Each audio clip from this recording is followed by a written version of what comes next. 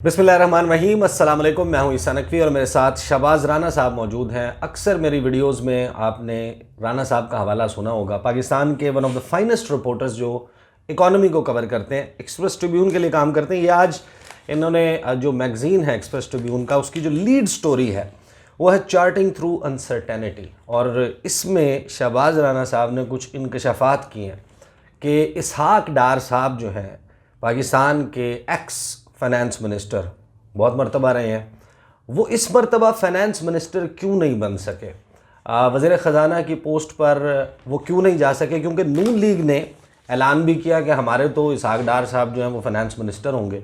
और जो बयानिया था ओवरऑल अपनी इलेक्शन कैंपेन में भी, प्रेस कॉन्फ्रेंसेस में भी, उसमें एक बात बड़ी शद्दुमत से मुस्लिम लीग नून ने कही कि हमारा जो सबसे बड़ा काम है, हमने पाकिस्तान पे एहसान किया कि हमने अपनी सियासत को रियासत पे कुर्बान कर दिया और मुल्क को डिफ़ॉल्ट होने से बचा लिया। और इस तमाम कामयाबी का सेहरा इसहाक डार के सर जाता है। हमने ये भी देखा राना साहब कि इस दौरान मिफ्ता इस्माइल, शाहिद खाकान अब्बासी, बाकी लोग इसहाक डार और उनकी पॉलिसीज़ को जब क्रिटिसाइज़ करते थे तो एक स्पीच में शहबाज शरीफ ने बाकायदा ये कहा कि और ये लोग जो इसहाक डार पर तनकीद करते हैं, इनको चाहिए कि पहले ये पार्टी छोड़ें और उसके बाद तनकीद करें। आप ये बताएं कि इतनी बेहतरीन तरीके से इसहाक डार का दिफा करने और अपनी पार्टी में बड़े बड़े सीनियर लोगों को साइड लाइन जिस बंदे की वजह से किया गया, वो कैसे साइड लाइन हो गया। एंड उस वक्त जब नून लीग ये अनाउंस भी कर चुकी थी कि हमारा वज़ीर ख़जाना इसहाक डार होगा। देखिए, कोई बाकायदा अनाउंसमेंट उस तरीके से नहीं आई थी पार्टी की तरफ से। पार्टी के जो मुख्तलिफ जो अहदेदार थे वो ये कह रहे थे कि जी ज़ाहिर सी बात है, अगर 4 दफ़ा माजी में इसहाक डार साहब ही वज़ीर ख़जाना रहे तो 5वीं दफ़ा भी इसहाक डार साहब ही वज़ीर ख़जाना रहेंगे या होंगे। तो वो सिचुएशन चेंज हो गई थी जब PDM 1 ख़त्म हुई है, तब से ही। बल्कि PDM 1 के दौरान ही ये प्रॉब्लम्स आना शुरू हो गए थे कि लग रहा था कि अगर हम बल्कि इंटरनल जब बात भी करते थे कि अगर PMLN हुकूमत बनाती है और नवाज शरीफ अगर होंगे प्राइम मिनिस्टर तो इसहाक डार साहब होंगे वज़ीर ख़जाना, और अगर शहबाज शरीफ साहब होंगे प्राइम मिनिस्टर तो फिर इसहाक डार साहब वज़ीर ख़जाना नहीं होंगे। क्यों, ये शहबाज शरीफ को क्या प्रॉब्लम हो गया? वो तो मैंने जिस तरह मेंशन किया, वो तो एक जलसे में कह रहे थे कि जो लोग इसहाक डार पे तनकीद कर रहे हैं वो पहले पार्टी छोड़ें। देखिए, आप सियासतदानों को जो कहते हैं वो करते तो नहीं है, अगर वो वही करें जो कहते हैं तो फिर तो क्या ही बात है। बहुत सारे लोग बहुत सारी बातें करते हैं कि डार साहब क्यों वज़ीर ख़जाना नहीं बने। डार साहब का 26 साल कैरियर है एज अ फाइनेंस मिनिस्टर। 1998 में ग़ालिबन पहली दफ़ा वो फाइनेंस मिनिस्टर बने थे, फिर 2008 में बने, 2013 में बने, फिर आके दोबारा 2022 में बने। तो ये 5वीं दफ़ा होता है उनका फाइनेंस मिनिस्टर होना। तो उनका जो एक क्यों नहीं बने, बड़ा सिंपल सा सवाल ना, कि बंदे का जो कैरियर ही एज अ पॉलिटिकल कैरियर अगर उनका देखा जाए। एक बंदा है वो आपकी टीम में एज अ बैट्समैन खेलता रहा है, 26 साल खेलता रहा फॉर एग्जांपल, या चले 26 साल तो क्रिकेटर्स नहीं खेलते, तो वो ये जितने भी साल, 10 साल 15 साल के बाद अचानक आप उसे कहेंगे यार अब तूने बैटिंग नहीं करनी, अब तू बॉलिंग में अपनी किस्मत आजमा, उठा के उनको आपने लगा दिया वज़ीर ख़ारजा। बहुत सारे लोग बहुत सारी बातें कहते हैं कि इसहाक डार साहब क्यों वज़ीर ख़जाना नहीं बने। कुछ लोग इसको मिलिट्री इस्टेब्लिशमेंट के ऊपर डालते हैं, कुछ लोग इसको IMF के ऊपर डालते हैं। मेरे ख़्याल में अगर इसहाक डार साहब वज़ीर ख़जाना नहीं बने तो एक ही वजह है उसकी वजह है वज़ीर आज़म शहबाज शरीफ साहब। वो नहीं चाहते थे कि इसहाक डार साहब जो हैं उनकी टीम के कैप्टन हो, तो इसलिए उन्होंने एक ऐसे बंदे को लेके आए जो कि हमें अंदाज़ा तो था कि वो शहबाज शरीफ साहब के बहुत करीब है, लेकिन उनको रिप्लेसमेंट के तौर पर अब लाया गया है इसहाक डार साहब की। उसकी वजह क्या है? यानी कि इसहाक डार क्या छोटे मियाँ साहब की बात नहीं सुनते थे? उनको खुद को उनसे सीनियर समझते थे मियाँ साहब के साथ ज़्यादा कुर्बत की वजह से, या अपनी पॉलिसी गाइडलाइन जो है वो लंदन से उस वक्त लिया करते थे या मरियम साहिबा से लेते थे? देखिए, सबसे बड़ा फैक्टर है कि इसहाक डार साहब की जो पार्टी के अंदर पोजीशन और फैमिली के अंदर जो पोजीशन है वो बहुत स्ट्रॉन्ग है, या थी, अभी भी शायद हो। अगर शहबाज शरीफ साहब वज़ीर आज़म हैं और इसहाक डार साहब वज़ीर ख़जाना है तो ज़रूरी नहीं है कि एज अ फाइनेंस मिनिस्टर वो सारे फ़ैसले शहबाज शरीफ साहब से पूछ के करते। उनको डेफिनेटली उनको इत्मीनान में लेते होंगे, बट पूछ के नहीं करते होंगे। तो बहुत सारी चीज़ें, जैसे मिफ्ता इस्माइल जब थे फाइनेंस मिनिस्टर, तो अगर तेल की कीमतें भी तय होनी है तो उसके भी सारे जो फ़ैसले थे वो प्राइम मिनिस्टर साहब से पूछ के होते थे। अभी ये अपना फ़ैसला करके जो भी बनता था इनका फ़ैसला ये करके उनको बता देते थे कि आज मैं तेल की कीमतें ये अनाउंस करने जा रहा हूँ। तो बहुत सारी चीज़ें ये इन्फॉर्म करते थे, परमिशन नहीं लेते थे। और शहबाज शरीफ साहब का इस चीज़ पे थोड़ा सा उनका मेरे ख्याल में एक डिफरेंट व्यू था। वो चाहते थे कि प्राइम मिनिस्टर मैं हूँ तो मैं फिर ऑल इन ऑल हूँ, कंट्रोल मेरे पास हो, मेरी तरफ लोग देखें ना कि दूसरी तरफ देखें। अच्छा, यानी कि आपकी अंडरस्टैंडिंग ये है कि शहबाज शरीफ ने एक पावरफुल वज़ीर-ए-आज़म बनने के लिए इसहाक डार साहब से किनारा किया है। एक ये अगर भी ये होंगे तो मैं उतना पावरफुल वज़ीर-ए-आज़म नहीं होऊंगा, ये अपनी पॉलिसीज़ और अपने डिसीजन। एक ये भी फैक्टर हो सकता है और कुछ पॉलिसी चॉइसेस का भी डिफरेंस हो सकता है। हो सकता है शहबाज शरीफ का माइंडसेट कुछ और when it comes to economic policy, Ishaq Dar sahab का कुछ हो। तो ये दोनों फैक्टर्स अपनी जगह पे होंगे। एक तो ये कि पर्सनैलिटी क्लैश और दूसरा ये कि पॉलिसी डिफरेंसेस। ये दोनों फैक्टर्स हो सकते हैं इसहाक डार साहब को वज़ीर ख़ज़ाना ना बनाने के। ये इसहाक डार साहब के साथ काम करने के बाद ही ज़ाहिर है कि उनको ये एहसास हुआ होगा ना, वरना मिफ्ता इस्माइल जो हैं वो उनके फाइनेंस मिनिस्टर थे जब वो वज़ीर-ए-आज़म बने शहबाज शरीफ। और उस वक्त जो सूरत हाल थी, IMF के साथ हम अपने मुआहदे से डेविएट कर चुके थे, उसकी वजह से लग रहा था कि पाकिस्तान जो है वो इमिनेंट है, ये बड़ा तयशुदा है कि हम इनएविटेबल हो चुका है कि हम डिफ़ॉल्ट करेंगे। मिफ्ता इस्माइल ने बहुत खैर देर भी की, जो काम शायद आने के फ़ौरन बाद कर लेना चाहिए था उसमें 2 महीने इंतज़ार किया, लेकिन बहरहाल उसके बाद बहुत सख्त शराइत मानने के बाद उन्होंने पाकिस्तान की IMF के साथ दोस्ती करवा दी और आपका रिव्यू हो गया। अगस्त के आखिर में गालिबन हुआ था। उसी दौरान जो इसहाक डार साहब हैं वो तो बाकायदा कॉन्स्पायर कर रहे थे अगेंस्ट मिफ्ता इस्माइल। हमें पता है कि ख़बरें वो रिपोर्टर्स को लंदन से बैठ कर देते थे और मिफ्ता इस्माइल की जो यहाँ पर क्लास होती थी उन ख़बरों के ऊपर, और नतीजतन शहबाज शरीफ ही थे ना जो लंदन जाके न्यूयॉर्क से वापसी पे इसहाक डार को तोहफे के तौर पे पाकिस्तान लाए थे। तो ये उनको पहले एहसास नहीं था। देखिए उस वक्त नवाज शरीफ साहब बहुत सारे फ़ैसले ख़ुद कर रहे थे और अब चूँकि शहबाज शरीफ साहब वज़ीर-ए-आज़म है तो जाहिर सी बात है उनका ये एक सेकंड, आप एक मुझे ये राइट कह रहे है कि हैं, ये फाइनेंस मिनिस्टर अपनी मर्जी का ले वो। आप मुझे ये कह रहे हैं कि अब फैसले नवाज शरीफ नहीं करेंगे या देखिए नहीं कर एक रहे बड़ी हैं? नेचुरल बात है ना कि जो भी प्राइम मिनिस्टर ऑफ पाकिस्तान होगा, तो उस वक्त भी तो प्राइम मिनिस्टर ऑफ पाकिस्तान थे ना शहबाज शरीफ। उस वक्त ज़्यादा एक्टिव थे ना नवाज शरीफ साहब सियासत में। अब उस तरीके से शायद नहीं एक्टिव हो सकता है अब उनको कह दिया गया ठीक है आप अगर टीम के कप्तान हैं तो आप अपने प्लेयर्स खुद चॉइस अपनी करें, इसमें क्या प्रॉब्लम है? मुझे तो इसमें कोई प्रॉब्लम नज़र नहीं आता। तो ये देखिए एक चीज़ मैं आपको बड़ा सिंसियरली बता रहा हूँ, किसी भी वज़ीर-ए-आज़म का ये बुनियादी हक होना चाहिए कि अपनी कैबिनेट का फ़ैसला वो ख़ुद करे। तो अगर शहबाज शरीफ साहब नहीं लेना चाह रहे थे इसहाक डार साहब को एज अ फाइनेंस मिनिस्टर तो ये उनका पूरा राइट था। इसी तरह जो भी वज़ीर ख़ज़ाना आता है उसका पूरा ये राइट होता है कि किसको अपना वो सेक्रेटरी फाइनेंस ले, किसको अपने नीचे ले। जब आप किसी को उसकी टीम सेलेक्ट करने का इख्तियार ही नहीं देते तो कल आप उसकी अकाउंटेबिलिटी कैसे करेंगे? शहबाज शरीफ साहब ने मोहम्मद औरंगज़ेब को एज अ फाइनेंस मिनिस्टर लिया, ये उनका एक राइट था, उन्होंने इसको एक्सरसाइज किया है। अब ये चैलेंज मोहम्मद औरंगज़ेब का है कि वो साबित करेंगे शहबाज शरीफ साहब का ये फ़ैसला ठीक है। अच्छा, वैसे टू अर्ली टू जज और टू ट्राई टू जज मोहम्मद औरंगज़ेब कि वो कैसे फाइनेंस मिनिस्टर हैं, ज़ाहिर है कि होंगे तो ज़ाहिर इस पर प्रेडिक्शन आपसे मैं आखिर में इस वीडियो के ले लूँगा। ये जो सारा मामला हुआ, इसहाक डार आए और डार साहब ने ज़ाहिर है कि वो भी चूज़ करके एक ऐसे टाइम पर आए जब IMF का रिव्यू हो गया था। आई रिमेंबर कि जिस वक्त ये जहाज़ पे बैठे हैं तो कुछ चीज़ें हुई थी, कुछ टेलीफोन कॉल्स हुई थी को मलिक बोस्तान और डॉलर की प्राइस आर्टिफिशियली हमने इंटर बैंक में हम नीचे लेकर आए। ओपन मार्केट में LC गालिबन 240 प्लस के ऊपर या 250 के ऊपर खुल रही थी और अवेलेबल नहीं था डॉलर, और 217 पर ये ले आए थे। और एक इंटरव्यू दिया था नसीम ज़ारा साहबा को गालिबन और एक दो और लोगों को, और इसहाक डार साहब ने बहुत कॉन्फिडेंस के साथ कहा था कि अभी तो आपको पता नहीं है कि मेरे जहन में क्या है, 200 पर तो आएगा ही आएगा।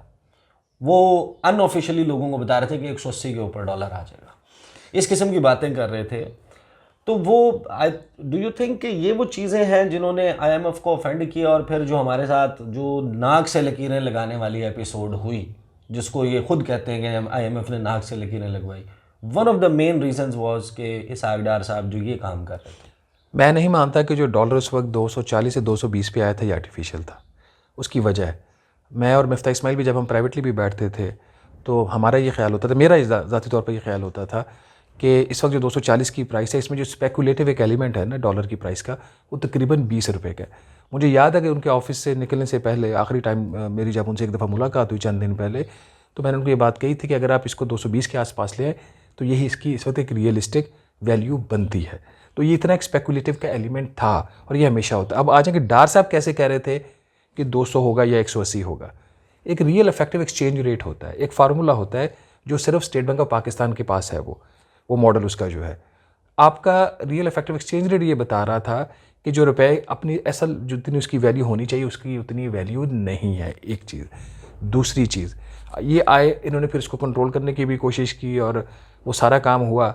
चूँकि फिर IMF की भी एक ज़िद बन गई थी, तो IMF ने जब तक पाकिस्तान ने रुपए को डी वैल्यू नहीं किया, उन्होंने पाकिस्तान में अपना मिशन ही नहीं भेजा।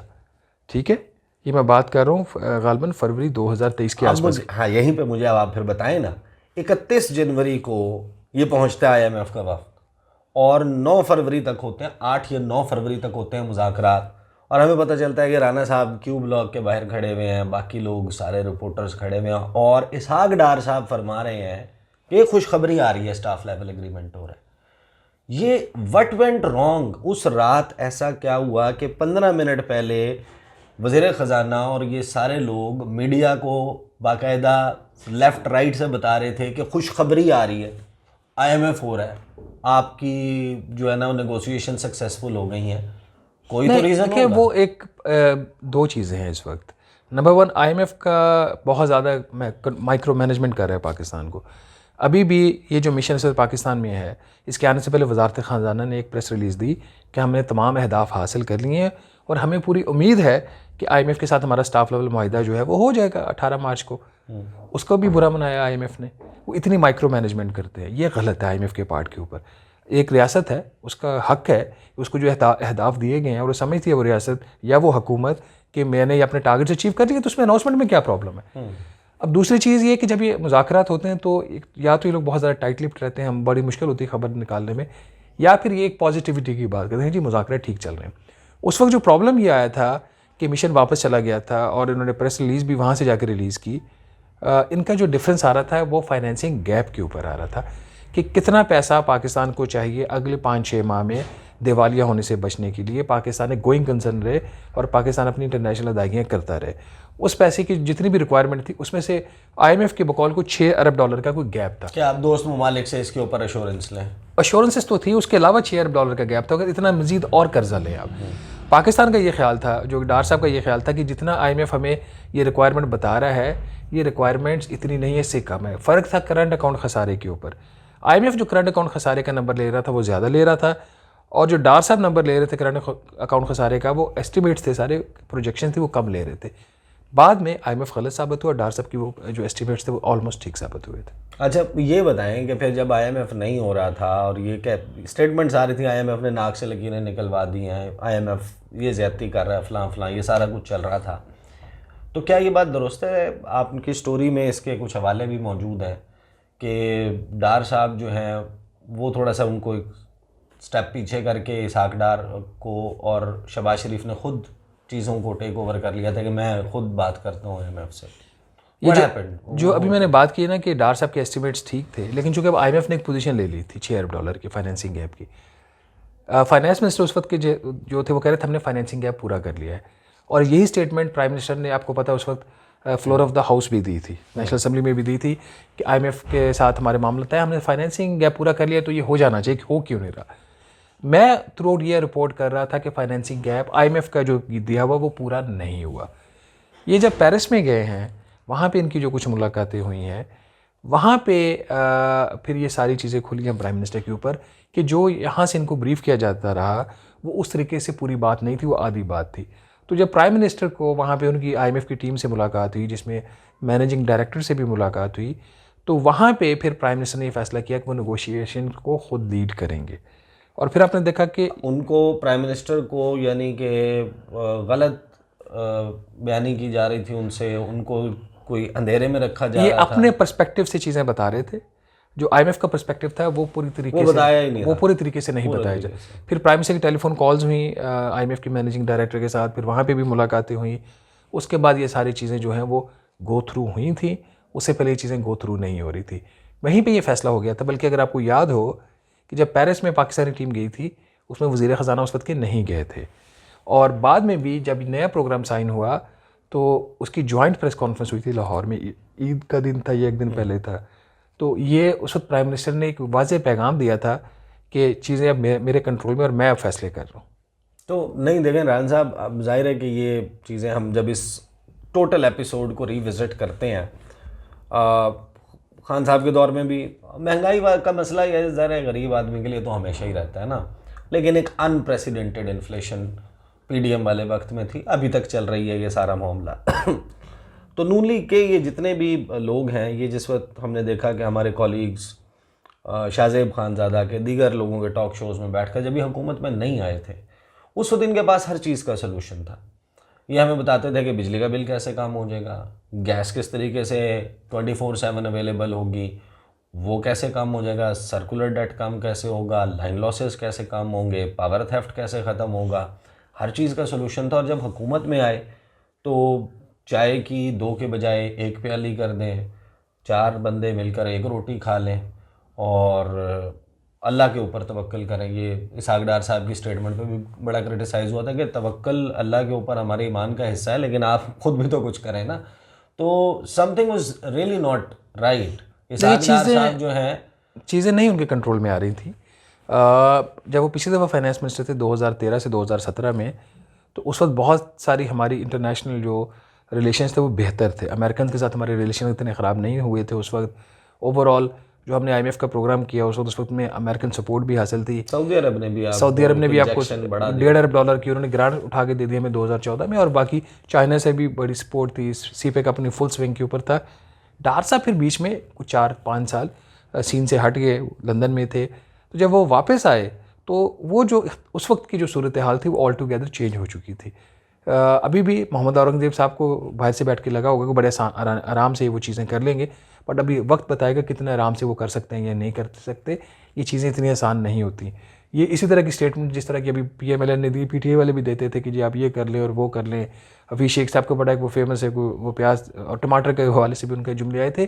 तो ये इन लोगों के पास जब चॉइसेस नहीं होती और ये कुछ कर नहीं पाते, कुछ एक्शन नहीं ले पाते, तो फिर ये इस तरह की स्टेटमेंट ज़रूर आती हैं। एक फैक्टर थ्रू आउट ज़रूर रहा है कि IMF चूँकि उसने भी ज़िद पकड़ ली थी, इधर से इन्होंने फाइनेंस मिनिस्टर साहब ने भी ज़िद पकड़ ली थी, तो चीज़ें इनकी एक बिल्कुल एक एक्सट्रीम लेवल्स पे दोनों साइड पे चली गई थी, और वो तभी उनकी कन्वर्जेंस हुई जब शहबाज शरीफ साहब ने इंटरवीन किया। अच्छा, जाहिर है कि अब वो फाइनेंस मिनिस्टर तो नहीं रहे, वो बन गए वज़ीर ख़ारजा। वज़ीर ख़ारजा होने के हवाले से मेरा ज़ाती एक मौक़िफ़ है।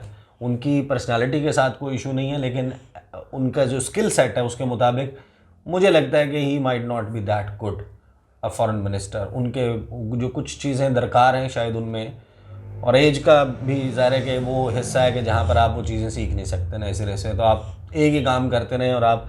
लेकिन एक जो इसहाक डार साहब का ट्रैक रिकॉर्ड है कि उन्होंने मिफ्ता इस्माइल के हवाले से जो किया, तो क्या अब आपको लगता है कि मोहम्मद औरंगज़ेब नए फाइनेंस मिनिस्टर हैं और जो उन्होंने मिफ्ता के साथ किया था इसहाक डार ने इनके साथ नहीं करेंगे? देखिए, अगर तो डार साहब जो है वो रिकंसाइल कर लेते हैं प्राइम मिनिस्टर के साथ, और प्राइम मिनिस्टर उनको कुछ इकनॉमिक चीज़ों में उनको पार्टनर बना लेते हैं, जैसे अभी उन्होंने 2 दिन पहले एक मीटिंग उन्होंने चेयर की है जो पाकिस्तानी इंटरनेशनल एयरपोर्ट्स हैं उसकी आउटसोर्सिंग के हवाले से मीटिंग वज़ारत ख़ारजा में हुई है। उस कमेटी के चेयरमैन उनको प्राइम मिनिस्टर ने बनाया है। तो इसका मतलब है कि इकनॉमिक अफेयर्स में भी उनकी कोई ना कोई से रहेगी। तो मेरा ख्याल है कि इतनी कोई प्रॉब्लम शायद ना आए, लेकिन उसमें ये ज़रूर होगा कि मोहम्मद औरंगज़ेब फिर तो बिल्कुल ही खारजा का अल्लाह हाफिज़ है। अगर वो वहाँ मोहम्मद औरंगज़ेब अगर उन्होंने इकोनॉमी वाले मामला देखने, वो मुझे ये तो पहली मीटिंग है ना कमेटी है जिसके वो चेयरमैन बने, तो हो सकता आइंदा आने वाले हफ्तों में कुछ और चीज़ें भी इस तरह की आप सुने, कुछ और कमेटीज़ बन रही हों जिसमें डार साहब चेयर करें, बट ये चीज़ें फिर मोहम्मद औरंगज़ेब साहब को अंडरमाइन करेंगी। अब अगर शहबाज शरीफ साहब ने कप्तान बनाया उनको मोहम्मद औरंगज़ेब साहब को, तो फिर काम भी उन्हीं से लें ना, फिर शहबाज शरीफ से क्यों काम, इनसे क्यों काम ले रहे हैं, डार साहब से वो ले रहे हैं। सही है सर। फाइनली मुझे ये बताएं कि एक नए फाइनेंस मिनिस्टर हैं, वो आप लोग डिज़ाइन है कि जो रिपोर्टर्स वैसे ही कवर करते हैं फाइनेंस एंड इकोनॉमी को, वो तो किसी न किसी हद तक जानते होंगे। लोगों के लिए बिल्कुल एक नया नाम है, यानी फ्रैंकली स्पीकिंग मैं उनको नहीं जानता था जिस वक्त तक उनकी अनाउंसमेंट नहीं हुई थी कि ये आ रहे हैं हमारे नए वज़ीर ख़जाना। तो मेरे पास तो कोई ऐसी चीज़ नहीं है कि मैं उनका कोई माजी को ख़बरें को हवाले मौजूद हों तो फिर बंदा वो करता है। लेकिन वो देखा कि over a period of time हमने देखा है कि पाकिस्तान में जितने भी फाइनेंस मिनिस्टर्स रहे हैं उनका कोई एक्सटर्नल लिंक ही होता है भाई, यानी कि वो शौकत अज़ीज़ से लेके हफीज़ शेख से लेके शौकत तरीन से लेके मोहम्मद औरंगज़ेब साहब तक, जिन्होंने पाकिस्तान की नेशनैलिटी जो है वो अप्लाई करने के बाद कहा कि मुझे बड़ी खुशी महसूस हुई। उनकी ख़बर मैं देख रहा था जियो टीवी पे लगी हुई थी कि वो फिर अब सेनेट में आ रहे हैं, तो ये कर पाएंगे? इस वक्त तो हालात हैं। अच्छा, माजी से थोड़ा सा मुख्तलिफ है। इस दफ़ा मोहम्मद औरंगज़ेब साहब को अमेरिकन ने या IMF वो नहीं लेके आया। ये मैंने जैसे स्टार्ट में बोला आपको, ये शहबाज शरीफ साहब की चॉइस है, रमदे फैमिली से इनका ताल्लुक़ है। इनके जो रिलेटिव जहाज़ भी उड़ रहे हैं गवाही देने के लिए कि राना साहब जो है ना, इनका घर बेसिकली परेड ग्राउंड के थोड़ा सा नज़दीक है और हम अपनी छत से जहाज़ और सारी परेड देख लेते हैं। तो खैर इसमें ये शहबाज शरीफ साहब की चॉइस है, इसमें एक्सटर्नल फैक्टर नहीं है। ये थ्रू आउट एक कैरियर बैंकर रहे हैं, सिटी बैंक में काम किया है, JP मॉर्गन में काम किया है, इन्होंने ABN AMRO में काम किया हुआ है। इनके इंटरनेशनल रिलेशन बहुत अच्छे हैं फाइनेंशियल इंस्टीट्यूशंस के साथ। मैं IMF की बात नहीं कर रहा, बाकी जो फाइनेंशियल वर्ल्ड है उसकी बात कर रहा हूँ। तो ये तो इनके हैं स्ट्रेंथ इनकी कि जो इनके ऊपर, और मेरी ख़ुद भी उनसे उनके जिस दिन उन्होंने ओथ लिया है तो अगले ही दिन उनसे एक मुलाकात हुई थी। हम 3-4 जर्नलिस्ट थे, हमसे उन्होंने हम तकरीबन 1 घंटा हम बैठे गपशप लगाइए। फ्रैंकली मुझे तो इनकी जो आउटलुक है पॉजिटिव लगी है।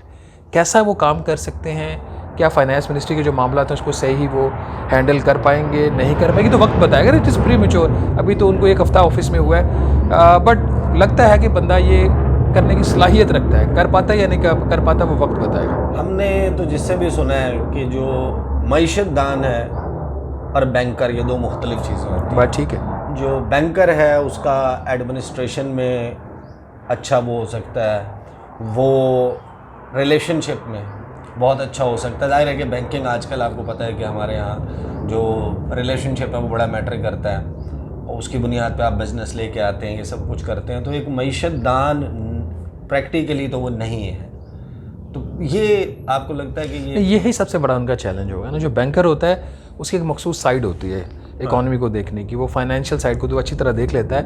और मैं अपने बहुत सारे विंग्स हैं मिनिस्ट्री ऑफ फाइनेंस में, जिसमें जो ये काम करते हैं वो सिर्फ एक विंग है। उसके अलावा और भी विंग्स होते हैं वहाँ पे। बजट का विंग है, एक्सपेंडिचर का विंग है, एक्सटर्नल फाइनेंस का विंग है, इकोनॉमिक एडवाइज़र विंग है। तो there are many wings in the ministry of finance. उन चीज़ों को ये कैसे हैंडल कर पाते हैं। और सबसे बढ़कर जो मेरे ख्याल में इनके लिए सबसे बड़ा चैलेंज होगा वो ये होगा कि IMF के साथ जो मुज़ाकरात हैं, जो ये तो हो जाएगा, ये तो स्मूथ है। अगले वाला जो प्रोग्राम EFF का जो है अगला बड़ा प्रोग्राम लेने जा रहे हैं, उसमें किस हद तक ये IMF का जो प्रेशर है ये बर्दाश्त कर पाते हैं या नहीं कर पाते, क्योंकि इनके ऊपर एक काइंड ऑफ प्रेशर होगा कि ये डिलीवरी इन्होंने देनी है। उसमें असल मसला भी जो है ना वो टाइम बार्ड हो गया ना एक तरीके से, कि हमें एक ख़ास वक्त के अंदर अंदर वो प्रोग्राम सिक्योर करना है। टाइम बाद तो थोड़ा सा टाइम ज़्यादा हो तो आप देखें जून तक तो ये कंफर्टेबल है, जून तक इनको प्रॉब्लम नहीं है। तो जून तक अगर ये प्रोग्राम सिक्योर कर लेते हैं और बेहतर टर्म्स पे कर लेते हैं तो हुकूमत के लिए भी अच्छा है और इनके अपने लिए भी अच्छा है। शहबाज शरीफ साहब फाइनली, फिर हमने एक और अहम स्टोरी जो आपने की है उसके ऊपर भी बात करनी है, अगली वीडियो में वो हम करेंगे। शहबाज शरीफ जो हैं वो बजट दे पाएंगे खुद, यानी कि अनाउंस खुद करेंगे? अनाउंस तो खुद करेंगे नहीं, वो मोहम्मद औरंगज़ेब करेंगे ना, फाइनेंस मिनिस्टर बनाएंगे। शहबाज शरीफ की हुकूमत बनाएगी बैठ के बजट, या IMF से बन के आएगा? देखिए बजट तो IMF का होगा ना। अच्छा। ये तो एक हमेशा से बात है। उनका एक मैक्रो इकोनॉमिक फ्रेमवर्क है, वो उसके आसपास रहते हैं और उसके ऊपर जो कंडीशंस हैं, फॉर एग्जांपल कुछ चीज़ों पे वो स्टैंड लेंगे तो उन्होंने लेना है। हुकूमत जितना मर्जी कहते रहे हमारा बजट है, होम ग्रोन है, हमारी टीम ने तैयार किया है, प्रैक्टिकली ऐसा नहीं होता। प्रैक्टिकली अगर फिर IMF का प्रोग्राम है तो IMF का बजट। जो 23 में बजट आया था उस पर आप लोगों ने खबरें की थी ना, गालिबन आपकी खबर थी कि IMF मांग रहा है कि हमें दें बजट, क्या लेकर आ रहे हैं और हमारे साथ डिस्कस करें। और वो इसहाक डार ने दरमियान में स्टेटमेंट दी थी कि देने से इनकार कर दिया। और उसके बाद फिर पता क्या हुआ था, करेंगे फिर बजट की 2 किताबें छपी थी, 2 सेट ऑफ बुक्स छपे थे। पहला वो जो डार साहब का बजट था और दूसरा बजट जो IMF का बजट था। आज भी अगर जो बजट की किताबें छपी हैं, बल्कि आप इस पर करें ज़रा, अपने एक वीडियो इस पर भी कर लें कि जो किताबें पार्लियामेंट में ले हुई थी, अच्छा, उसमें बजट इन ब्रीफ उसमें उठा के देख लें, और जो फाइनेंस मिनिस्ट्री की वेबसाइट पे अब बजट एंड ब्रीफ की किताब पढ़ी, उसमें फ़र्क कितना है? आप बहुत बड़ी बात कर रहे हैं, यानी इतना बड़ा, इतना मेरा ये हुआ है। मेरा ये रैक है, इसमें वो बजट की बुक्स पड़ी हुई हैं, मैं वो आजकल खोल के नहीं देखता। यानी वो जो 99 नाम है और वो पार्लियामेंट और मुकद्दस है और इससे आप झूठ नहीं बोल सकते, आप आवाम से धोखा मैंने आज अगर बजट की कोई चीज़ देखनी हो तो मेरे पास किताब पड़ी हुई है बजट की, मैं वो कंसल्ट नहीं करता, मैं वेबसाइट खोलता हूँ फाइनेंस मिनिस्ट्री की, वहाँ से जो उसकी बुक पड़ी हुई है बजट इन ब्रीफ की या एनुअल बजट स्टेटमेंट की, वो खोलता हूँ, वो नंबर लेता हूँ। तो यार कारीगर आदमी तो थे ना डार साहब फिर। लेकिन आए में उससे बड़ा कारीगर निकला, उसने एक और सेट छपवा दिया। एक और सेट छप गया। तो ये है जनाब कहानी डार साहब की। अब जाहिर है कि नून लीग के लिए ये तस्लीम करना, ये ख़ुद अनाउंस करना मुमकिन नहीं है कि वो ये कहें कि जनाब हमारा वज़ीर ख़जाना फ़ेल हो गया या ये वजह है, इस वजह से गवर्नमेंट की एफिशिएंसी में प्रॉब्लम आ सकता था इस बंदे के होने से। तो इसलिए हमने इसको जो है ना वो थर्ड मैन के ऊपर खड़ा करना मुनासिब नहीं समझा, हमने कहा 12th मैन इसको बना देते हैं। बहरहाल डार साहब जो हैं वो उनमें सलाहियत ये है, हो सकता है कि वो जिस तरह मुफ्ती इस्माइल साहब के वक्त में he made his way into the finance ministry, तो यहाँ पर मोहम्मद औरंगज़ेब साहब को कितने उनसे बच के, कांटों से बच के चलना पड़ेगा, ये भी देखना होगा। अब तक के लिए इतना ही, मुझे इजाज़त दीजिए। अल्लाह हाफ़िज़।